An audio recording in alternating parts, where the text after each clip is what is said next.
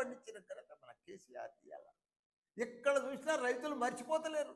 రైతుల గుండెలల్లా కేసీఆర్ కేసీఆర్ కేసీఆర్, యువకుల గుండెలల్లా కేటీఆర్ కేటీఆర్ కేటీఆర్. అంత పని చేసిండ్రు, అంత అభివృద్ధి చేసిండ్రు, అంత డెవలప్ చేసిండ్రు. ఇప్పుడు చూస్తే 22 నెలలు అయ్యింది, ఎక్కడ చూసినా ఘోరమే. యాడేసిన గొంగడి ఆడనే. ఎక్కడ ఒక రియల్ ఎస్టేట్ దానికి పోతే అయితే ఒక ప్లాట్ అమ్మతలేదు, ఒక అపార్ట్మెంట్ అమ్మతలేదు, ఒక గజం అమ్మతలేదు. రైతులైతే బిడ్డ పెళ్లి చేస్తే కూడా అప్పుడు పోతలేదు. అంత ఘోరం అయిపోయింది. అసలు కరోనా కంటే కూడా అధ్వానమే. కరోనా మంచిగుండే.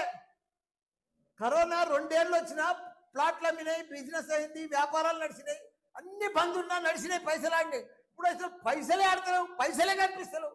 ఓ మాయమైనట్టేనా, ఓ మంత్రం చేసినట్టేనా, ఇదంతా ఎందుకైంది వచ్చేదంతా అని ప్రజలందరూ కూడా డిస్కషన్ వచ్చారు. అంత పెద్ద అన్నపూర్ణ రాష్ట్రం, అంత పెద్ద పంట పండింది, అంత అభివృద్ధి, వ్యాపారాలు, real estate, India level builder అంతా వచ్చి హైదరాబాద్కి వచ్చినాయి. ఎత్తైన 58 అంతరాల బిల్డింగ్లు కట్టింది.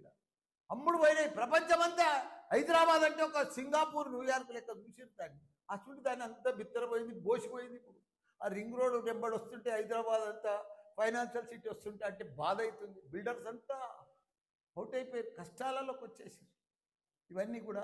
కాబట్టి మనం అంతా ప్రజలు కూడా అందరూ గమనించాలి.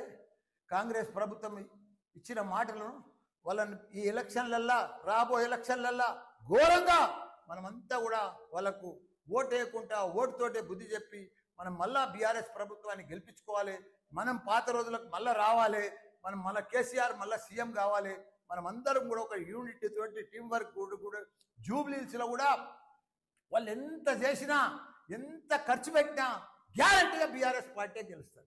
తప్పకుండా మేమంతా కూడా ప్రతి వాళ్ళ తిరిగి ప్రతి ఒక్కరికి కూడా ప్రజలకు అర్థమైపోయింది. వీళ్ళ మోసపూరిత పదార్థం, వీళ్ళ బాకీలన్నీ మొదలు ప్రజలకు గట్టి ఓటు అడగాలని చెప్పి ప్రజలు ఇంటింటికి పోతే వాళ్ళు ఇదే నిలదీయాలని కూడా చెప్తున్నా. అందరికి కూడా జై తెలంగాణ, జై కేసీఆర్.